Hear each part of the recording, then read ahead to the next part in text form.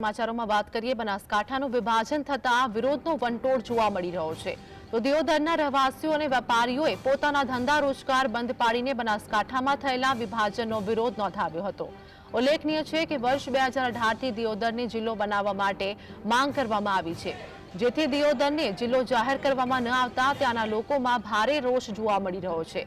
સરકાર થરાદના બદલે દિયોદરને જિલ્લો જાહેર નહીં કરે તો આવનાર સમયમાં અલગ અલગ રીતે વિરોધ કરવાની સ્થાનિકોએ ચીમકી આપી છે।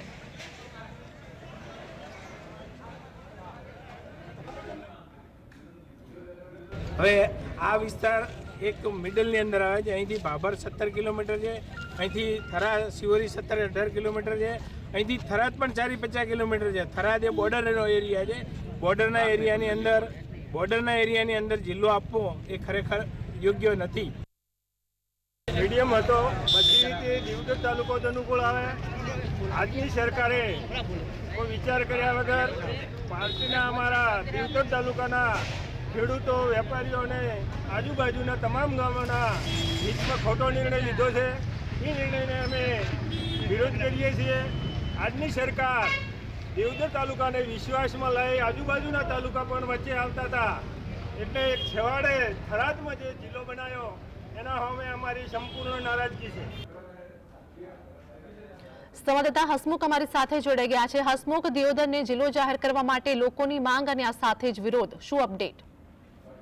આરતી વાત કરવામાં આવે બનાસકાંઠા જિલ્લાની તો સરકારે ગઈકાલે બનાસકાંઠા જિલ્લાનું વિભાજન કરી અને નવો વાવ થરાદ જિલ્લો જાહેર કર્યો છે। જો કે જિલ્લાનું વિભાજન થતાની સાથે જ વિરોધના વંટોળો પણ જોવા મળી રહ્યા છે।